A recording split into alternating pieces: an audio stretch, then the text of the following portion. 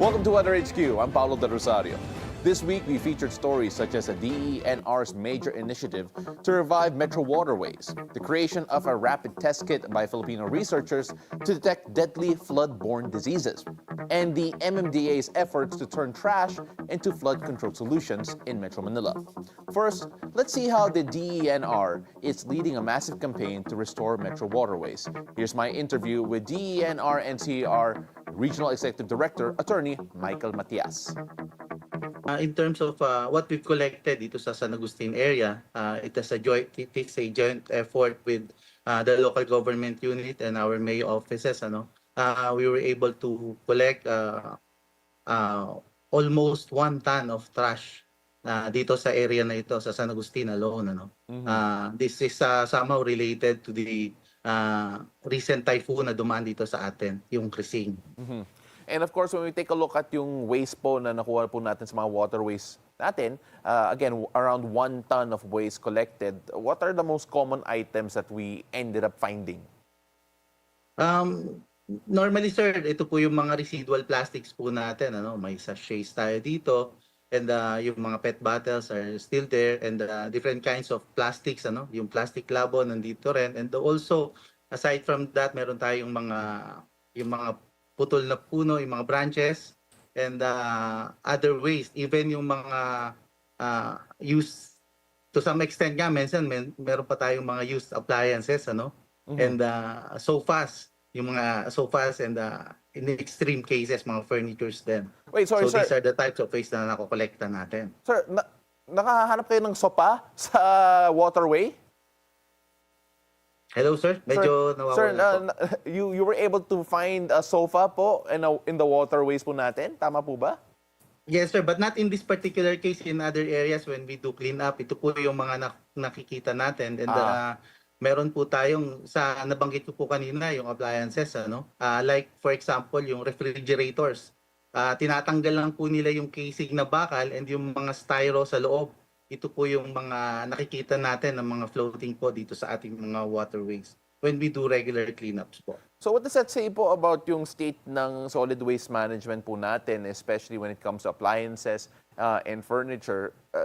Well, apart from the fact that malaking problema pa rin yung mga single-use plastics at PET bottles, what are the biggest challenges sa solid waste management na hindi pa na-address when it comes to yung mga, well, at least as we see in the cleanup drives? Yes, sir. Actually, what we're trying to do now is we're trying to, aside from focusing on the waterways that we're regularly doing cleanups, we're trying to address now yung issue ng mga leakages. We're trying to extend yung effort natin outside the boundaries of these waterways. Like yung ating pong mga Estero Rangers as well as yung mga river warriors po natin, and together with the local government units, we're working on educating po itong mga communities para ma-prevent po yung leakages and for them to have access for the waste to be disposed of properly. Kasi ang reality po is if they do not have that much access po sa pag-dispose po properly ng basura, they end up just throwing it dito po sa ating mga waterways. So kasama po sa campaign po natin ang pakikipag-usap po sa komunidad and regularly monitoring if the policies of the local government units are actually enforced po sa community para po ma-lessen po yung mga leakages ng mga solid waste po na napupunta sa ating mga waterways. Sir, how often do you need to do yung cleanups po? Because it feels like minsan kapag may cleanup, siguro wala pang, I don't know how long, how much time needed before kailangan mag-clean up ulit. Actually, sir, yung partnership po natin with the local government units of Metro Manila, 16 cities and 1 municipality, meron po tayong deployment na 1,411 Estero Rangers all over National Capital Region. And they're doing cleanups po every day. So sila po yung mga katuwang natin sa paglilinis po ng mga waterways natin. If you will observe, previously, waste end up po normally sa Manila Bay. Yung ang objective po natin is that ito pong mga waste na to or solid waste should not end up po sa bay. So as early as dito sa upstream natin, midstream, may mga estero rangers na po tayo, and together with the local government units, we're doing regular cleanups po. Sir, do we have enough estero rangers? You mentioned over 1,000 estero rangers to be able to manage. But as we mentioned a while ago, napakarami pong municipalities, LGUs that actually do need help when it comes to that here in the NCR in particular. Do we have enough estero rangers to keep yung mga creeks natin, mga streams clean? To be honest, Sir Paulo, hindi po siya enough.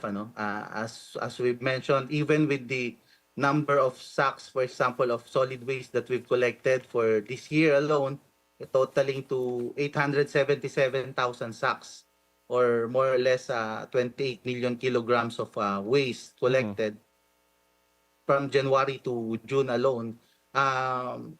Medyo kulang pa rin. But hindi lang gaya po na nabanggit natin kanina, we're not only focusing on doing cleanups but also educating to prevent leakages.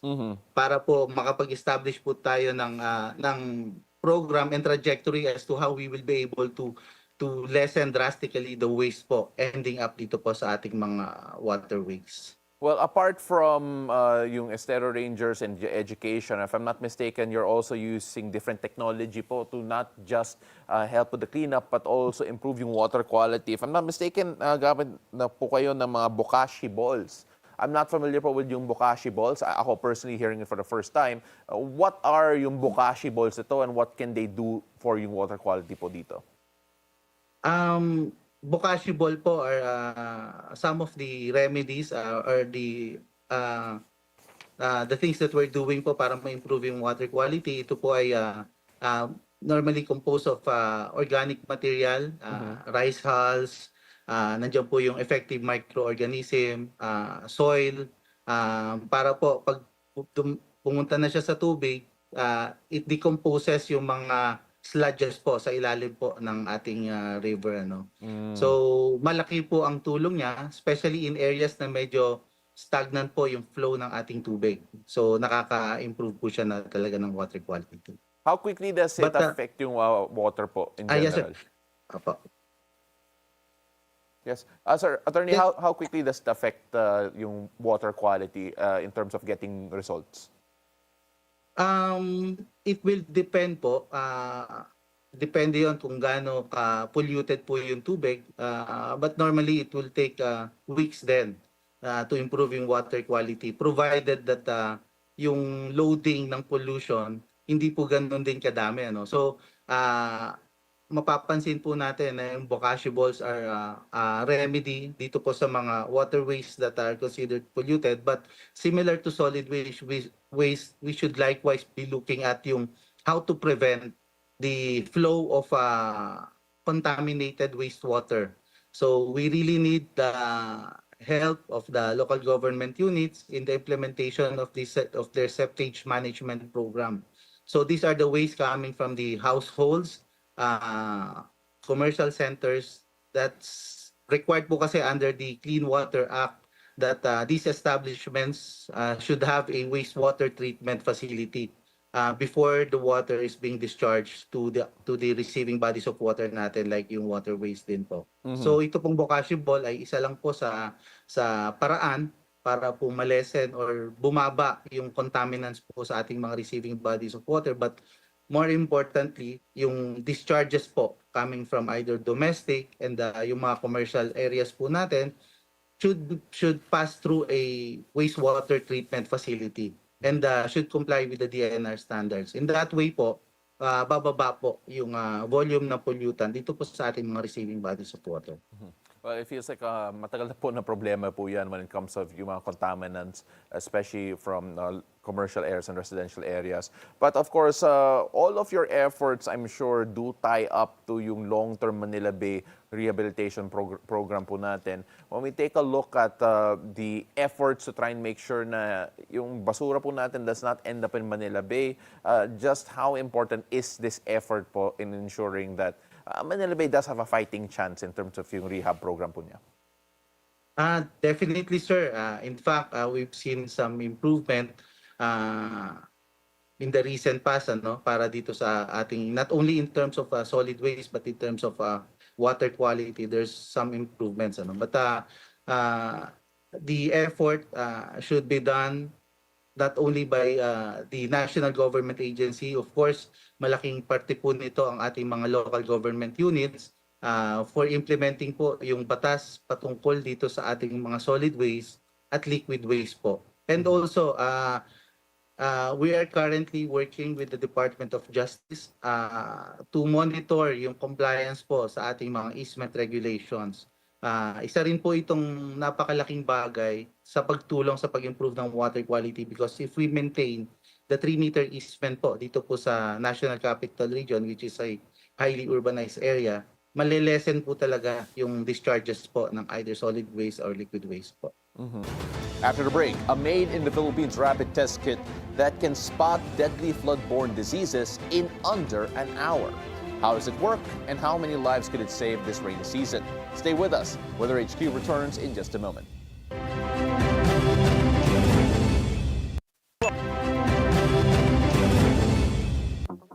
Hello there, welcome back. I'm Paolo del Rosario.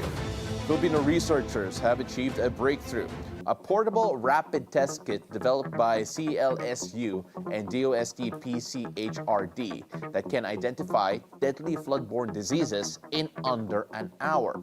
Now, to find out how this device works, watch this interview. Our technology started po a partnership when PCHRD has recognized the urgent need for a faster and more accessible disease detection tool, especially in disaster situation. CLSU's Molecular Biology and Biotechnology Laboratory had prior experience in developing field-ready biosensors for agriculture and health. Seeing this capacity, DOST, PCHRD tapped us under disaster risk reduction and management for health programs to create detection kits specifically for Schistosoma japonicum and Leptospira, which cause serious public health threats during flooding po. Gaano katagal usually yung proseso trying to detect leptospirosis compared to, if I'm not mistaken, 45 minutes using these rapid test kits? Normally, how long does the process take, and how quickly can we get results with yung rapid test kits po ninyo? And yung accuracy po niya, at what percentage are we looking at? Traditionally, when we test the actual field, it takes days, especially on sample processing up to transport to specialized laboratories. So we wanted to solve that problem of not knowing early enough if the flood or environmental waters are contaminated with the disease po. And our technology addresses these problems, wherein it can take about less than an hour to detect Schistosoma japonicum and Leptospira that causes schistosomiasis and leptospirosis respectively. So it tests yung flood water po, no, for the presence of these diseases. When we take a look at yung accuracy po nito, do we have a number on how exact this test kit is? Kung may percentage po tayo of accuracy to actually determine the presence of these viruses? During our R&D, we analyzed the specificity and sensitivity of our biosensor. We compare it po to our gold standard molecular-based detection, which is the PCR or polymerase chain reaction, and it shows that it is comparable with the gold standard. So we are confident po that we can detect the actual disease directly on the flood water. Let's talk about schistosomiasis here, kasi in terms of yung layman's terms, leptospirosis, talagang palaging pinag-uusapan. But then schistosomiasis, is that something that we have to pay more attention to? Why is that one of the things that was important to be able to detect sa mga flood-prone areas po natin? Yes po, karamihan sa ating mga kababayan hindi aware kung ano ang schistosomiasis. This disease is common in regions like Eastern Visayas, wherein most of parts of Leyte and Samar is infected or has risk of infecting these diseases. So one of the dangerous factor sa sakit po nito is that this parasite can penetrate our skin without open wounds. And ganun po siya ka-devastating, and it took months or years para po malaman ang simptomas ng sakit po nito. And it is really important for us to detect early so that many of our communities in the place wherein this diseases is present po ay mai-inform agad po na yung specific location po na yun ay may sakit. Well, yes, na maaring schistosomiasis, if I'm not mistaken, well, we talk about leptospirosis, palagi natin sinasabi na galing siya sa mga daga or ihi ng daga. We talk about schistosomiasis, saan ito nangagaling? Where does this particular virus originate from? Ang schistosomiasis po is a parasite. It is a trematode po. Meron po silang intermediate host, which is suso. Ang scientific name po niya is Oncomyelitis copensis quadrasi. Sobrang liit lang po nito. Kung hindi natin titignan ng malapitan, hindi natin mapapansin.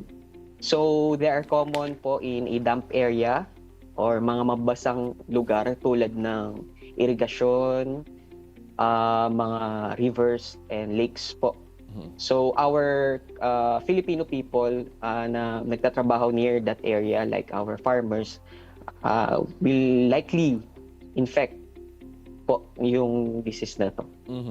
And of course, I'm not going to try to pronounce yung scientific term po ng suso when we talk about where schistosomiasis has come from. But let's talk about yung cost nito. If I'm not mistaken, 4,000 pesos per kit para sa rapid test kit po ninyo. When we talk about yung cost effectiveness po nito, comparing it to current laboratory testing, just what are the differences there?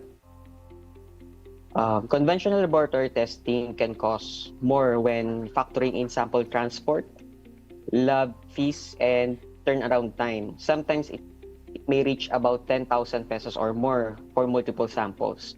Our kit can process multiple tests in one go directly in the field and eliminate the cost and delay of sending samples to the distant laboratories. If I'm not mistaken, it is now under the process for securing FDA approval. May timeline po tayo dito? And of course, do we also have a timeline in terms of yung rollout po nito? We are currently conducting pilot scale testing and pre-commercialization evaluation with our partner agencies. FDA evaluation is part of our roadmap, and once the approval is secured, we aim to roll them out first in priority flood-prone areas in partnership with our DOH regional offices. Has there been any partnerships already at least being talked about with certain LGUs? You mentioned nyo po that you already have a partnership with a government organization. But when it comes to specific LGUs po, may nag-reach out na po ba? During the 8th National Research and Development Conference happened last July in Manila Hotel, some of our LGUs in Metro Manila like Pasig has reached out to test our biosensor para po to have a surveillance in their location. And also in terms of schistosomiasis, Eastern Visayas CHD or Health Center for Health Development of the DOH also reach out. We are in continuous communication with them so that once our test kit is released, sila po ang mga unang mabebenepisyohan ng test kit po nito. Do we have a specific month or maybe even year when it comes to yung rollout po ng project po nito? We have no definite timelines especially when it comes to FDA evaluation. So the evaluation of the FDA is very rigorous and it took months or years. But we are hopeful with the help of the national government. We are seeking support so that mapapabilis po ang rollout ng test kit na ito. Up next, how is the MMDA turning mountains of Manila's trash into eco-bricks, concrete barriers, and other flood-fighting solutions? We'll see the transformation when Weather HQ returns.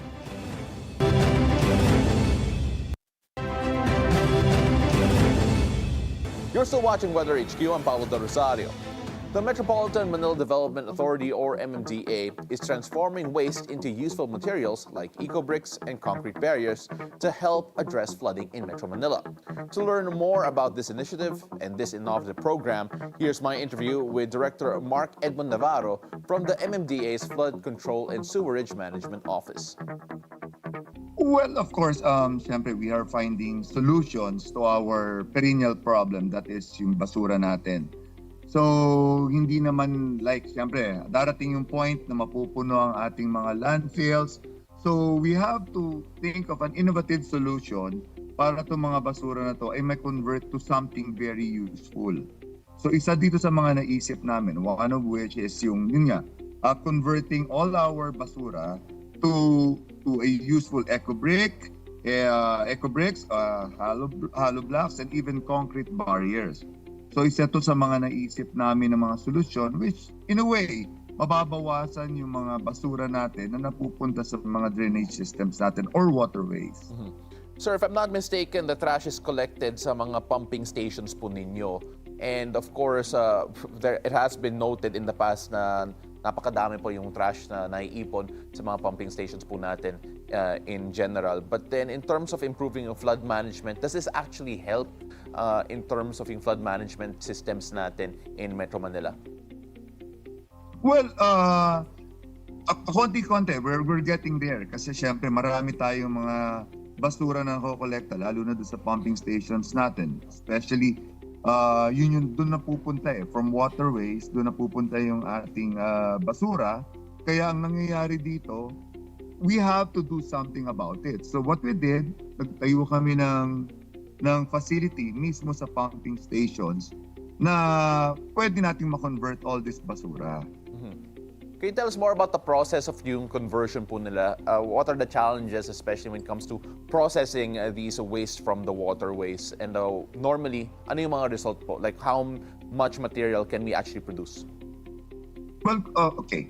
Compared to regular basura, compared to the regular trash that we collected from the streets, one of the major challenges that we are facing right now is yung basura natin na galing sa waterways ay medyo basa. Not only basa, syempre meron na rin dyan mga may soiled na. Not only soiled, but of course merong mabaho. So we have to segregate all these things, and not only segregating all these things, syempre kailangan pa nating tuyuin. Unlike yung mga nawawalis na minsan sa kalsada, these are all, minsan tuyo na nga So hindi na kailangan tuyuin. So ito yung isa sa mga major challenges natin. But again, our goal is really to minimize yung trash na napupunta sa waterways natin, and what can we do about it. So the machines or the equipment that we have are doing all the work, and yun nga, we are very, very lucky that we have this machine na merong nagtutuyo, merong nagsesegregate na rin. So the challenges are limited, or doon na lang tayo dun sa part na basa siya at mabaho. Mm-hmm. We talk a lot about the trash in sa waterways po natin, and a lot of it actually stems from the communities around these particular waterways, or even some of the businesses around these particular waterways. There have been programs when it comes to trying to declog yung mga waterways natin, including the Bayanihan sa Estero program. How effective has these efforts have been in terms of making sure that our waterways are a bit more accessible or a bit cleaner, especially when dealing with mga flood situation po natin dito sa Metro? Okay. First, we tap siyempre yung mga organizations within the waterways, or yung mga areas doon sa ating along the drainage or along the estero and rivers. Mm-hmm. Why? Because siyempre we understand sila yung mga nakatira doon, sila yung nakakakolekta rin ng mga garbages within their area. And of course, we encourage them na wag na kayong magtapon. Instead of throwing your garbage doon sa estero, convert natin to into something useful. Not only that, we have another project kasi yung tinatawag naming IX or Information Educational Communication Campaign, Now we are telling people what you can do about the garbage that you are collecting, or even yung garbage nyo mismo. So ano mga pwedeng gawin? Meron kaming tinatawag na kino-convert namin yung pwedeng i-convert na garbage nyo into a grocery items. So that's one thing. Then of course, by making your community part of this cleanup campaign, you make them feel responsible also. So siyempre, if they have this knowledge na kung ano yung pwede and ano yung effects ng ginagawa, well, definitely they become more responsible dun sa problema talaga, because the problem is not just yung effect ng throwing garbages dun sa ating drainage system, which is of course flooding, and not only flooding, kasi kasama na dyan yung health problem. Yes, sir. Andiyan na yung magkakasakit na yung mga tao. So we really have to tell them itong problema na to. Director, so we have to involve them. Director, of course, Sorry. you mentioned Yes. having to involve them. There are 23 priority esteros in general. Many have been cleaned, but of course, at the same time, there's still a lot of work to be done. In previous interviews that I've done, especially with some estero warriors, they said that there are not enough estero warriors in general to keep these esteros clean. Now, we talk about yung local community. Gaano ka-importante in the grand scale of things when we're trying to solve this problem of waste management, solid waste management, keeping our waterways clean? Is the local community the biggest factor in this particular issue? And of course, can this be solved through more education and through more efforts? Okay, first of all, I'm praying na this will be successful. Of course, all of us, because this is truly a problem. Now, involving community, what we did now is that yun nga, sinasabi namin ngayon, we have this bayanihan sa estero. That it is not only the community around the waterways or the estero or the creeks, but nag-involve na rin kami ng mga civil society organizations to help us, because truly we have to acknowledge na merong kakulangan. There is a need for help. Kailangan namin ng tulong ng mga civil society organizations. So we have tapped yung aming mga partners now that are going to adopt our estero, adopt a creek, or helping us clean. So hopefully we'll try to have that trend na yung mga tao is maging aware ng effect nung pagkakalat ng basura.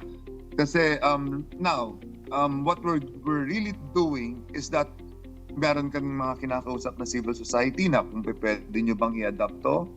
So in a way, hopefully, Sir Paolo, we will start a trend that yung mga tao ay ma-aware na we should do our share in the community. Na hindi lang yung mismong mga taong nakatira doon sa malapit sa creek, but more importantly, even those people na mga kumpanya na willing tumulong sa amin dahil alam natin na merong problema.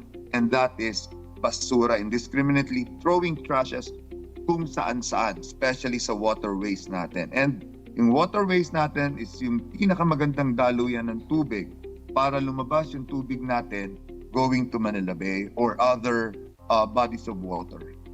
And that's a wrap for this week's episode of Weather HQ. Thank you so much for joining us. I'm Paolo del Rosario. See you again next week right here on BNC, the Bilyonaryo News Channel.